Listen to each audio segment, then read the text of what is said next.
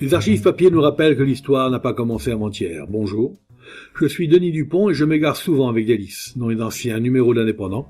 Suivez-moi avec le podcast, je vous parle d'un temps. Août 1969. Titre: Au Grand Casino de Cannet. Numéro 1 pour le programme des vedettes. Sylvie Vartan. Et cette question: Sylvie Vartan, doit-on lui tirer les oreilles ou lui faire la bise? Qu'est-ce que c'est que cette histoire? Sylvie Vartan, explique l'article, pose un cas de conscience. Doit-on dévoiler sa technique ou applaudir une production agréable? Doit-on passer du côté du spécialiste qui n'est pas dupe d'un trucage ou celui du spectateur qui trouve Sylvie mignonne, gentille et très bonne sur scène?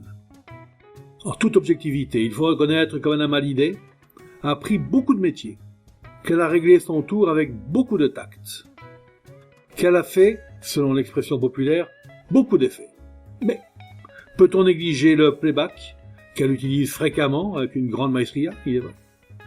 Le fait de se tourner à la fin de certaines chansons vers ses musiciens pour ne pas commettre une faute de lèvres ou d'articulation ne peut échapper aux spécialistes. Alors, si vous le voulez, nous allons nous asseoir à votre table avec l'esprit de celui qui vient applaudir Vartan.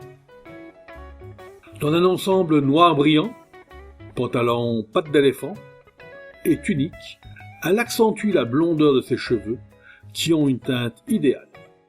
De longues franges tombent de ses bras, rappelant un compromis entre les fichus des vieilles catalanes et l'habit des scows, tels que les westerns aiment à les présenter.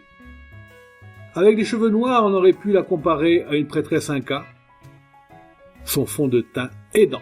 Ah, elle est mignonne, Sylvie, quoique exagérant un peu le maquillage bleuté des paupières. Elle est bien faite, quoique le noir la fasse plus mince que de coutume. Elle sait se servir d'un micro, bien que souvent, on ait l'impression qu'avec lui, elle boit à la régalade. Dans le spectacle, il y a de bonnes choses. L'orchestre, tout d'abord. Des ballets divertissants, avec des demoiselles qui n'hésitent pas à bomber le torse, comme à une arrivée disputée d'un 100 mètres féminin. Ah, il y a encore un Carlos, que le ridicule n'effraie pas, même dans un costume rose saumon, et qui mime fort bien les paroles d'une bande magnétique. Il y a surtout un ensemble homogène où les techniciens cachés se taillent la part du lion. Pour notre part, la seule Maritza valait qu'on applaudisse Sylvie Vartan.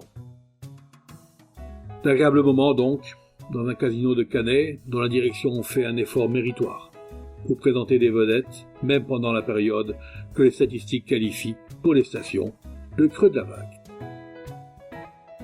Mais pourquoi Sylvie termine-t-elle sur un morceau qui saoule les oreilles? Pourquoi ne fait-elle pas la grimace à celui qui règle une trop forte sonorisation? Sacrée Sylvie, dont on aurait envie de tirer les oreilles et en même temps de lui faire la bise. C'était Je vous parle d'un temps, un podcast produit par l'Indépendant et présenté par Denis Dupont, à retrouver ici même chaque semaine.